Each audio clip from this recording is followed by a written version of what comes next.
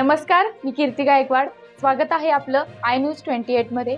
चला तर मग जाणून घेऊयात महाराष्ट्रातल्या ताज्या घडामोडी. धर्मवीर विचार मंच संघटनेचा तहसील कार्यालयावर धडक मोर्चा. हिंदू संस्कृती जपावी, विखुरलेले हिंदू एकत्र यावे, गो तस्करी गो हत्या थांबवावी, ख्रिश्चन मिशनरी लोकांच्या अवैध बैठकी यांना आळा घालण्यात यावा, कोहोज किल्ला तिळसेश्वर मंदिर त्याचं संवर्धन करून त्यासाठी निधी उपलब्ध करून महिलांचा सुरक्षेचे पोलीस यंत्रणा सतर्क करावी, सार्वजनिक ठिकाणी शाळा महाविद्यालय वसतिगृह खाजगी क्लासेस इत्यादी ठिकाणी सीसीटीव्ही कॅमेरे लावून सुरक्षा वाढवावी, आरोग्य सुविधा महावितरण व भोंगळ कारभार असे विविध प्रश्न घेऊन धर्मवीर विचार मंच या संघटनेचे अध्यक्ष मिलिंद धर्मा पस्टे यांच्या नेतृत्वात तहसीलदार कार्यालयावर धडक मोर्चा करण्यात आला. या मोर्चात मोठ्या संख्येने महिला वर्ग तरुण वर्ग उपस्थित होता. इंडिया न्यूज 28 साठी पालघर जिल्हा प्रतिनिधी किरण दुपारे. जय भवानी जय शिवाजी, जय भवानी जय शिवाजी, जय श्रीराम जय श्रीराम. मी या मंचावरून धर्मद्रोही गटारांना एकच सांगू इच्छितो, पत्थर पीस के कभी मैदान नहीं हुआ, पत्थर पीस के कभी मैदान नहीं हुआ, और ये हिंदू धर्म को चुकाने वाला कोई माई का लाल पैदा नहीं हुआ, कोई माई का लाल पैदा नहीं हुआ. आज एवढ्या मोठ्या संख्येने सर्व हिंदू तरुण आमच्या भगिनी रस्त्यावर उतरत आहेत. प्रशासनाला कुठेतरी याची दखल घ्यावी लागेल का आपल्या तालुक्यामध्ये और आपल्या जिल्ह्यामध्ये काहीतरी अशा घटना घडल्या असतील. आम्ही उगाच हा मोर्चा घेऊन आलेलो नाहीये. आपल्या तालुक्यामध्ये ज्या काही गोष्टी चालू आहेत त्याच्या विरोधात आम्ही संघटना निर्माण केलेली आहे. आज प्रत्येक खेड्यामध्ये प्रत्येक गावामध्ये आपल्या धर्माच्या विरोधात गोष्ट करतायत. प्रत्येक खेड्यामध्ये आज येशू ख्रिस्त समाजाच्या ख्रिश्चन समाजाच्या बैठका होतात आणि याला हिंदू धर्माचे लोक जबरदस्तीने जातात. अशा शूटिंगी शूट आहेत आमच्याकडं. पण आता या गोष्टी आपण कधीच सहन नाही करायच्या, कारण आता महिलांचं सुद्धा कुठेतरी भीती त्यांच्या मनात निर्माण झालेली आहे. आताच एक नेरोलीला प्रकार झाला. बंटी भाऊही पण मगाशी सांगितलं की नेरोलीला 2 महिलांना मारण्यात आले, 1 पुरुषाला मारण्यात आला. कुठेतरी जव्हारला अत्याचार झाला, आयडल कॉलेज आहे तिथे अत्याचार झाला. या सगळ्या गोष्टीचे प्रश्न घेऊन आज आम्ही इथं धडकलोय. हा तालुका छत्रपती शिवाजी महाराजांच्या विचाराने चालणारा तालुका आहे. हा तालुका छत्रपती शिवाजी महाराजांच्या पदपावन स्पर्शाने पवित्र झालेला तालुका आहे.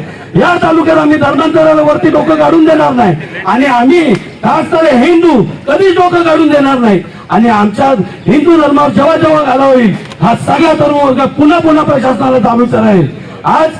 आज ज्या बैठका चालू आहेत याच्यावर प्रशासनाने कठोर नजर ठेवावी, कठोर पावलं उचलावी. आमचं पण त्यांना सहकार्य असेल, पण त्यांचं सुद्धा आम्हाला सहकार्य पाहिजे. तसेच खूप प्रश्न घेऊन आलो आज मी. ते महिलांवर अत्याचार जे चालू आहेत आपल्या तालुक्यामध्ये, कॉलेजेस, शाळा, महाविद्यालय, शासकीय जिथे जिथे महिला काम करतात त्या कंपनी सुद्धा असतील तिथे सगळ्या ठिकाणी सीसीटीव्ही कॅमेरे लावण्यात आले पाहिजेत, जेणेकरून आमच्या महिलांवर होणारे अत्याचार, आम्ही काय देव नाहीये तर डोळे मिटलं आमची आई बहीण कुठे गेले का तिच्यावर लक्ष ठेवायला. प्रत्येक क्लास, प्रायव्हेट क्लास का नाही असे ना तिथे सीसीटीव्ही पाहिजेच. कारण जेव्हा ही संघटना, मी सगळ्याच प्रत्येक माझ्या कार्यकर्ते सगळे इथे उपस्थित आहेत, त्याने एकच सांगितलंय का आपली संघटना ही फक्त महिलांच्या रक्षणासाठी आपण काढलेली आहे आणि कुठेही महिलांवर अत्याचार आपण कधी सहन करायचं नाही. त्याच्यासाठी काही करायला लागलं चालेल, आपल्याला किती केसेस होते, पण महिलांवर अत्याचार या तालुक्यात आणि हिंदू समाजावर अत्याचार या तालुक्यात आम्ही कदापि सहन करणार नाही. त्याच्यासाठी आम्हाला किती या तालुक्यातून तडीपार होऊ दे, किती केसेस ठोका, पण आम्ही आता माघार घेणार नाही. तसेच खूप सामाजिक प्रश्न या तालुक्यामध्ये निर्माण झालेले आहेत की आपल्या तालुक्यामध्ये छत्रपती शिवाजी महाराज होऊन गेलेले, तो कोच किल्ला तिथे जाण्यासाठी, वरती जाण्यासाठी रस्ता नाहीये. किती वेळा निधी मंजूर झाला पण अजून एकही काम झालेलं नाही. तो प्रश्न घेऊन आलेलो आहे आपण. पुन्हा महावितरणाचा प्रश्न आहे की एखादा माणूस कष्ट करायला बाहेर जातो, महिला घरामध्ये असतात, अशा खूप साऱ्या केसेस आहेत आणि ते डायरेक्ट जाऊन आकडे कापतात. महिला आहेत का कोण आहेत बघत नाही.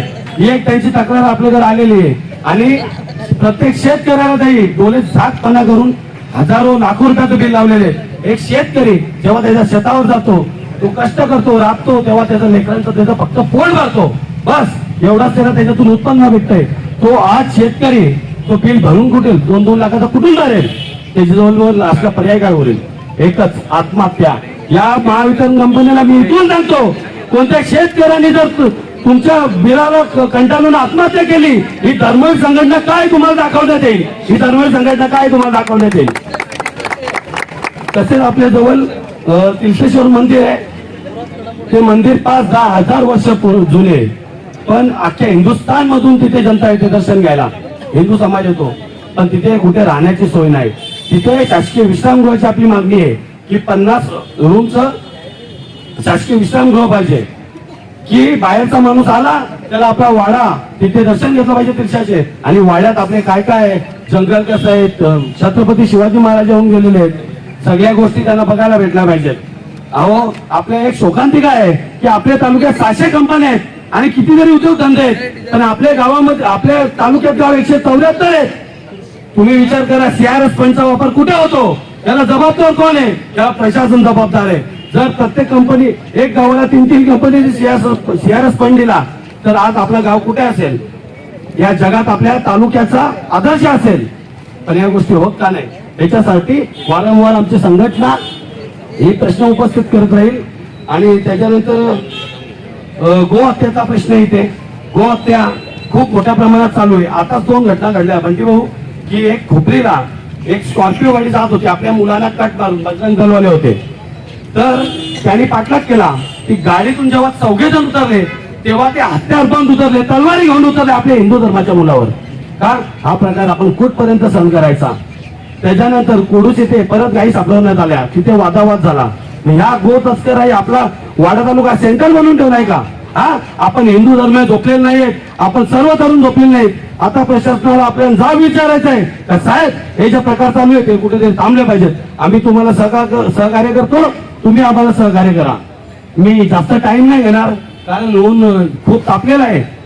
तालुक्यातलं वातावरण पण जाम तापलेलं आपली संघटनेमुळं, आणि असाच तापत राहील. कारण हिंदू समाजावर जेव्हा धारा घालण्याचा प्रयत्न होईल, ही संघटना पुन्हा येतील, पुन्हा यांचं दाट उठवण्यात येईल.